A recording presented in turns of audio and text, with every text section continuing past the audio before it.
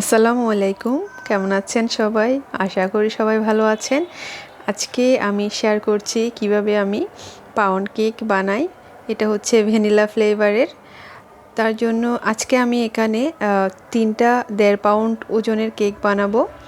এখানে ফার্স্টে আমি ড্রাই ইনগ্রেডিয়েন্টসগুলো নিয়ে নিলাম মেজারমেন্ট কাপের 4.5 কাপ ময়দা।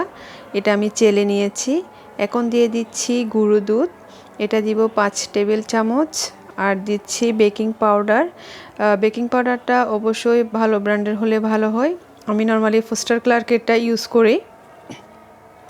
বেকিং পাউডার দিয়ে দিচ্ছি 4.5 চা চামচ। আর ডিম দিয়ে দিব 9টা, 3টা কেকের জন্য। ডিমগুলো আমি এখানে নিয়ে নিচ্ছি একটা বোলে।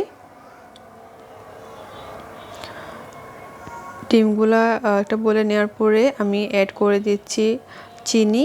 এখানে আমি মেজারমেন্ট কাপের প্রায় 3 কাপ চিনি দিয়ে দিচ্ছি। আর এখন আমি এটাকে ইলেকট্রিক বিটারের সাহায্যে বিট করে নিব প্রায় 7 থেকে 8 মিনিটের মতো। আমি এখানে বাজাজের ইলেকট্রিক বিটারটা ইউজ করি। আর এটা লো স্পিডে করলে হয়, কারণ এটার স্পিডটা অনেক বেশি। 7-8 মিনিট পরে এরকম ফোমি হয়ে যাবে, কালারটা চেঞ্জ হয়ে হোয়াইট হয়ে যাবে। এখন দিয়ে দিলাম সয়াবিন তেল। আর দিচ্ছি ফোস্টার ক্লার্কের ভ্যানিলা এসেন্স। ফোস্টার ক্লার্কেরটা ইউজ করলে ভালো হয়। আর দিয়ে দিলাম অল্প পরিমাণে লেবুর রস, যাতে ডিমের কোনো স্মেল না থাকে। এই অবস্থায় খুবই কম সময়ের জন্য বিট করে নিব, যাতে ফোমটা নষ্ট না হয়। আর যেই শুকনো উপকরণগুলো আমি চেলে রেখেছিলাম 2-3 বার করে, এখন ওগুলো অ্যাড করে আবার একটু মিক্স করে নিলাম। আর এখানে 3টা মোল্ড নিয়ে নিয়েছি। এর মধ্যে সাদা কাগজ দিয়ে তেল ব্রাশ করে সেট করে নিলাম। আর আমার ব্যাটারটা মোল্ডের মধ্যে ঢেলে দিলাম।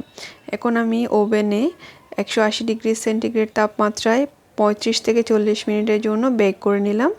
বেক করে বের করার পরে একটু চেক করে নিলাম টুথপিক দিয়ে ঠিক মতো হয়েছে কি না। আমারটা আলহামদুলিল্লাহ পারফেক্টলি হয়ে গেছে। এখন আমি একটা কেককে ইনস্ট্যান্ট খাওয়ার জন্য কেটে নিচ্ছি। আর বাকি 2টা কেক রেপ করে রাখবো, যাতে ময়েশ্চারটা লক হয়ে যায়, তাহলে কেকগুলো সফট থাকবে পরে যখন খাবো। এই যে রেপিং পেপার দিয়ে রেপ করে নিচ্ছি।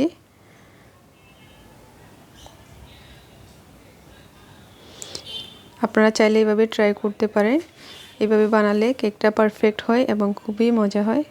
সবাই ভালো থাকবেন। আল্লাহ হাফেজ।